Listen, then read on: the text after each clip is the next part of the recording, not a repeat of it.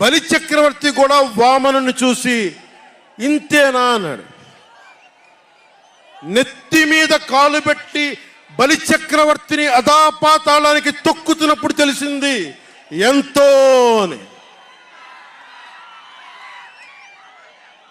ఇంతింతై వటుడింతై నభో వీధిపై నంతై తోయిద మండలాగ్రమునకంతై వామనవతారాన్ని చూపిస్తుంది జనసేన.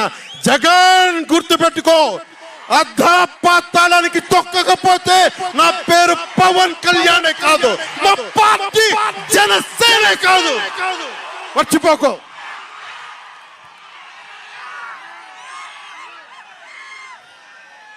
రేపు ఎన్నికలైనప్పుడు వైసీపీ వాళ్ళకి తెలుస్తోంది మనం ఎంతో.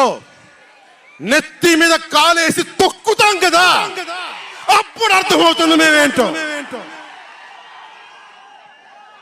జగన్ జనసేన ఒక్క సీటు గెలిస్తేనే, జనసేన ఒక్క సీటు గెలిస్తేనే నేను రాజమండ్రి రోడ్ల పర్యవేక్షణకి వస్తానని అంటేనే రాత్రికి రాత్రి 10th క్లాస్ విద్యార్థిలాగా, 10th క్లాస్ చదువుకునే విద్యార్థిలాగా రాత్రికి రాత్రి రోడ్లు వేశారు. నైట్ అవుట్ చేసి మరి ఒక్క సీటుకే ఇదంతా, ఒక్క సీటుకే. ఒక్క సీటు గెలిస్తేనే రాత్రికి రాత్రి రోడ్లు వేసావు. జనసేన 24 సీట్లతో ఏం చేయగలరో మీరు ఊహించుకోగలరా? వ్యూహం నాకు వదలండి, నన్ను నమ్మండి. 24 ఏంటి అని అంటా ఉన్నారు. విశ్వామిత్రుడు, బ్రహ్మర్షి విశ్వామిత్రుడు బ్రహ్మపదానికి వెళ్ళడానికి కూడా 24తోనే. గాయత్రి మంత్రం 24 అక్షరాలు.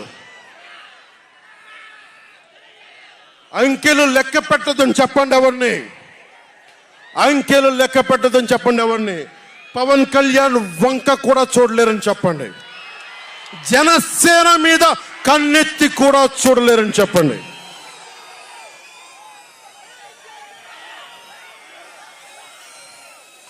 మనకి వైసీపీ జగన్ లాగా వేల కోట్లాది రూపాయలు వారసత్వంగా తినేసామా ఏంటి? మనం ఎన్నికలు రాగానే నియోజకవర్గానికి 50 నుంచి 100 కోట్లు తీయడానికి, ఖర్చు పెట్టడానికి, అన్ని స్థానాల్లో పోటీ చేయడానికి మన దగ్గర 50, 100, 1000 కోట్ల డబ్బులు ఉన్నాయా? మన దగ్గర దోచేసిన డబ్బులు ఉన్నాయా?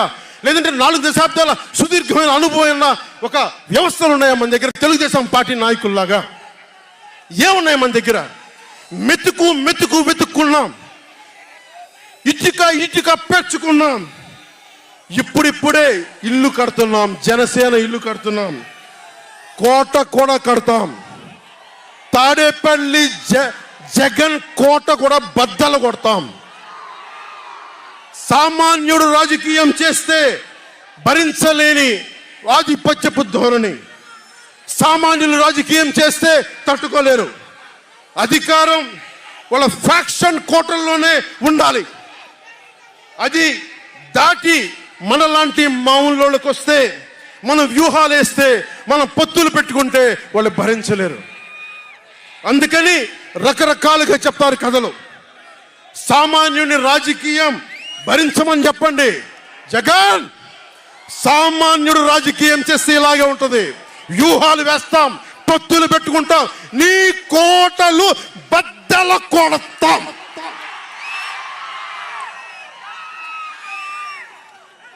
అలాగే నాకు కానీ జనసేన పార్టీకి కానీ సలహాలు సూచనలు అవసరం లేదు.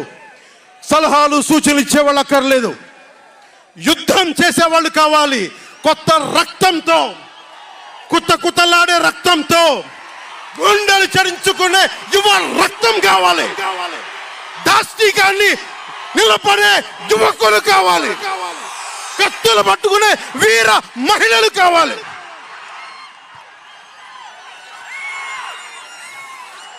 అంతేగాని నాకు సలహాలు ఇచ్చేవాళ్ళు, మీకు తెలుసా జగన్ ఎలాంటి వాడో? సొంత బాబాయినే మర్డర్ చేయించిన వాడు, సొంత చెల్లినే గోడకేసి కొట్టిన వాడు, మీరు చెప్తారు నాకు సలహాలు సూచనలు. ఎవరితో యుద్ధం చేస్తున్నానో నాకు తెలుసు.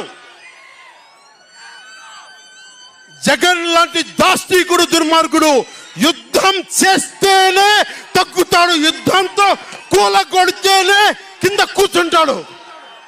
మర్చిపోకుండా నాకు సలహాలు సూచనలు ఇచ్చే వాళ్ళకి. అలాగే మనకు కూడా పోల్ మేనేజ్మెంట్ తెలుసా? ఆర్గనైజేషన్ బలం ఉందా? సంస్థాగతంగా పాతికిపోయిన తెలుగుదేశం పార్టీలతోటి మనం పోటీ పడగలమా? 800 నుంచి 1000 మంది బూత్ కార్యకర్తలు ఉన్నారా మనకి ప్రతి నియోజకవర్గంలో?